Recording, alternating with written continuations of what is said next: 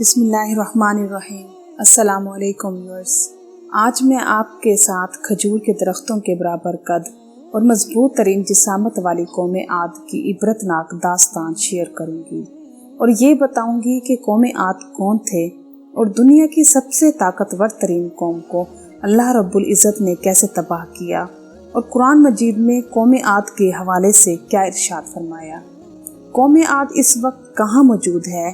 جدید تحقیق نے کس مقام سے قوم عاد کے مجسمے دریافت کیے؟ تو ویورز، بحر عرب اور بحر احمر کے درمیان عرب کی چیزوں کو شمال میں دونوں جانب یعنی عمان، حضرموت، بحرین اور مغربی یمن تک ایک وسیع صحرا ہے جسے صحرائے الاحقاف کے نام سے یاد کیا جاتا ہے۔ اسے صحرائے اعظم الدنیا اور عربی الخالق بھی کہا جاتا ہے۔ الاحقاف حقف کی جمع ہے جس کے لغوی معنی ریت کے بلند و بالا اور وسیع و عریض ٹیلے کے ہیں۔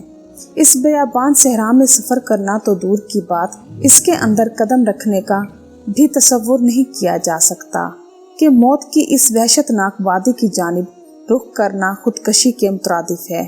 یہی وجہ ہے کہ مقامی بدوؤں سے لے کر مہمجو سیاحوں تک کوئی اس صحرا کے قریب جانا پسند نہیں کرتا۔ سفید اور باریک ریت کے ہزاروں فٹ اونچے پہاڑوں میں اگر کوئی شے پھینکی جائے تو وہ لمحوں میں غرق ہو جاتی ہے اور ریت کی سطح پر جنبش تک نہیں ہوتی۔ یہ صحرا اللہ بزرگ و برتر کی کھلی نشانیوں میں سے ہے اور اہل دنیا کے لیے عبرت بھی۔ الاحقاف نامی اس بھیانک وادی کو دیکھ کر یہ گمان بھی نہیں کیا جا سکتا کہ یہ کسی زمانے میں دنیا کا سب سے زیادہ سرسبز و شاداب علاقہ تھا، جہاں بے شمار پھلوں اور پھولوں کے وسیع باغات، ٹھنڈے پانی کے چشمے، آبشاریں اور بلند و بالا عمارتیں تھیں، جس میں دنیا کی سب سے زیادہ طاقتور، مالدار اور شاندار تمدن رکھنے والی قوم عاد آباد تھی۔ یہ دنیا کے سب سے زیادہ قد آور اور زور آور انسان تھے۔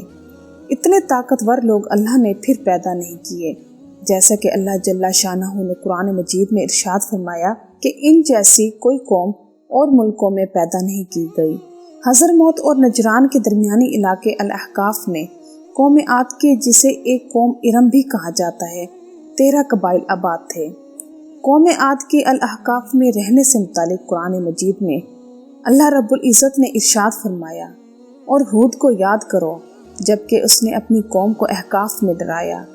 ویورز، علامہ جلال الدین سیوطی رحمۃ اللہ علیہ اپنی تفسیر در منشور میں تحریر کرتے ہیں کہ قوم عاد نہایت زور آور اور بہادر قوم تھی۔ یہ بت پرست تھے۔ ان کے 2 بتوں کے نام حمود اور حب بیان کیے گئے ہیں۔ ابن کثیر نے اپنی تفسیر میں تیسرے بت کا نام صمد بھی بیان کیا ہے۔ ویورز، آج ایک قدیم عربی قوم ہے جس کا ذکر قرآن مجید میں سورہ ہود اور سورہ فجر میں آتا ہے۔ اس قوم پر حضرت ہود علیہ السلام کو نبی بنا کر بھیجا گیا تھا۔ جب اس قوم نے شرک اور بت پرستی ترک نہ کی تو اللہ رب العزت نے عذاب نازل کر کے اسے تباہ کر دیا۔ اس قوم کے تذکرے کو کہانی سمجھا جاتا تھا، مگر اسی صدی میں اس کے مرکزی شہر ارم، عربی میں رمزات العماد اور انگریزی میں ابر بابر اور ارم کے آثار برآمد ہوئے ہیں، جو عرب الخالق کے اس حصے میں ہے جو آج کل عمان میں شامل ہے۔ حضرت ہود علیہ السلام اصل میں حضرت نوح علیہ السلام کی چوتھی پشت سے تھے۔ ہود بن اوس بن ارم بن سام بن نوح اور ان کے نام پر اس قوم کو پکارا جاتا تھا، یعنی اس قوم کا نام ان کے جد امجد کے نام پر تھا۔ قوم عاد کو مشہور روایات کے مطابق ایک عظیم آندھی سے تباہ کیا گیا تھا۔ قرآن کے مطابق یہ قوم دنیا اور آخرت دونوں میں اللہ کی رحمت سے دور اور محروم ہے۔ ویورز، جدید تحقیق کے مطابق یہ قوم 3000 سال قبل مسیح سے لے کر پہلی صدی عیسوی تک موجود تھی۔ ان کو 1000 ستونوں والے شہر کی قوم بھی کہا جاتا ہے۔ ویورز، حضرت ہود علیہ السلام ایک طویل عرصے تک اپنی قوم کو واعظ و نصیحت کرتے رہے۔ کبھی وہ انہیں اللہ کی طرف سے عطا کردہ نعمتوں کی یاد دلاتے تو کبھی عذاب الہی سے ڈراتے، مگر وہ بہرے اور اندھے بنے رہے۔ تاریخی کتب میں ہے کہ حضرت ہود علیہ السلام مسلسل 50 سال یا اس سے بھی زیادہ درس و نصیحت میں مصروف رہے۔ قوم عاد کے 13 قبائل میں سے لقمان اور خلجان نامی قبائل نہایت طاقتور تھے اور انہیں حکمران کی حیثیت حاصل تھی۔ حضرت ہود علیہ السلام نے جب دعوت حق دی اور کفر و شرک چھوڑ کر ایک اللہ کی بندگی کی طرف بلایا تو لقمان قبیلے نے سخت مذمت کی اور حضرت ہود علیہ السلام کے دشمن ہو گئے۔ اس کے برعکس دوسرے قبیلے خلجان نے حضرت ہود علیہ السلام کی باتوں پر غور و خوض کیا اور ان میں سے اکثر جلد ہی آپ کی دعوت کو قبول کر کے ایمان لے آئے۔ حضرت ہود علیہ السلام نے اپنی قوم کو راہ حق پر گامزن کرنے کی ہر ممکن کوشش کی، مگر قوم نے ان کی دعوت قبول کرنے سے انکار کر دیا تو بالآخر انہوں نے بارگاہ الہی میں مدد کے لیے دستے دعا دراز کیے، جسے قرآن کریم نے یوں بیان کیا: اے پروردگار، انہوں نے مجھے جھوٹا کہا ہے پر تو میری مدد فرما۔ اللہ نے اپنے نبی کی فریاد کے جواب میں فرمایا: اے نبی، یہ بہت جلد اپنے کیے پر پچھتانے لگیں گے۔ ویورز، اللہ رب العزت نے اپنے نبی کی دعا قبول فرمائی اور قوم عاد پر عذاب کی ابتدا ہو گئی۔ بادلوں کے فرشتے کو حکم دیا گیا کہ اب بارش نہ برسائی جائے۔ چشموں کے فرشتے کو حکم دیا گیا کہ ان کے ٹھنڈے، میٹھے اور شفاف پانی سے لبریز چشموں اور آبشاروں کو خشک کر دو۔ ویورز، روایات میں آتا ہے کہ دیکھتے ہی دیکھتے ان کے سرسبز و شاداب کھیت و کلیان سوکھنے لگے اور مویشی مرنے لگے، یہاں تک کہ لوگ پینے کے پانی تک کو ترسنے لگے۔ کثیر تعداد میں پیدا ہونے والے پھل اور اناج ناپید ہو گئے۔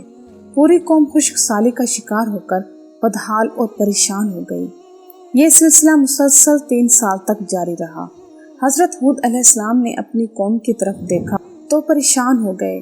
آپ بہت افسردہ اور پریشان رہنے لگے اور پھر ایک دن انہوں نے اپنی قوم سے فرمایا: اے میری قوم کے لوگوں، تم اپنے پالنے والے سے بخشش مانگو، اس کے آگے توبہ اور استغفار کرو، وہ تم پر آسمان سے بارش برسائے گا اور تمہاری طاقت و قوت میں اضافہ فرمائے گا، اور دیکھو گناہ گار بن کر روگردانی نہ کرو۔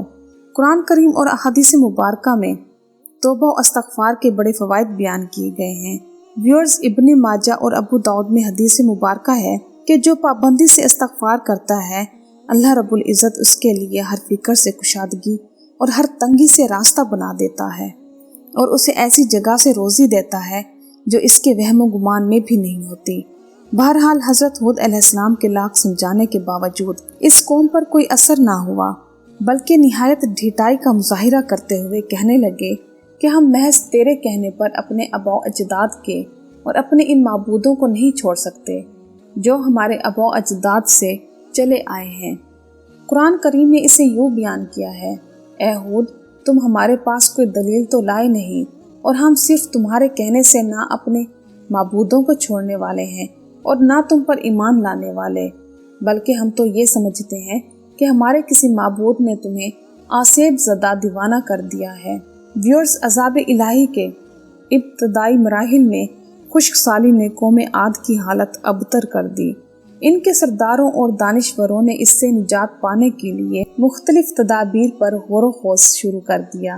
یہ بات بڑی حیران کن ہے کہ پچھلی قوموں کو جب کبھی کوئی مشکل اگر آتی تو وہ اس سے نجات کے لیے حجاز مقدس کا سفر کرتے اور بیت اللہ شریف میں جا کر اللہ کے آگے آہوزاری کرتے، یعنی کافر قومیں بھی اس حقیقت کو تسلیم کرتی تھیں کہ اس ارض و سما میں ایک لافانی قوت موجود ہے، مگر اس کے باوجود جب نبی اور رسول یہ بات کہتے تو ان کی عقل پر پردہ پڑ جاتا۔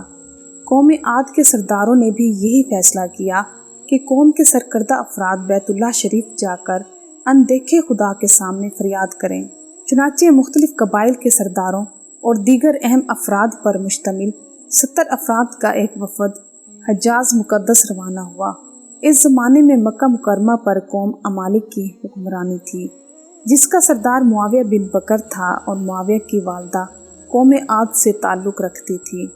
ویسے بھی معاویہ بن بکر قوم عاد کی شان و شوکت سے بڑا مرغوب تھا، چنانچہ اس نے وفد کی بڑی خاطر مدارت کی اور اسے بڑے عزت و احترام سے اپنے ہاں ٹھہرایا۔ تبریکی روایت ہے کہ اس وفد میں 2 افراد مرشد بن سعد اور لقمان بن لکیم صاحب ایمان اور حضرت ہود علیہ السلام کے پیروکار تھے۔ غالباً ان کا تعلق قبیلہ خلجان سے ہوگا۔ ان دونوں کے علاوہ باقی سب کافر اور بت پرست تھے۔ معاویہ نے ان کے اعزاز میں رقص و سرور کی محفل کا اہتمام کیا اور تقریباً 1 ماہ تک یہ لوگ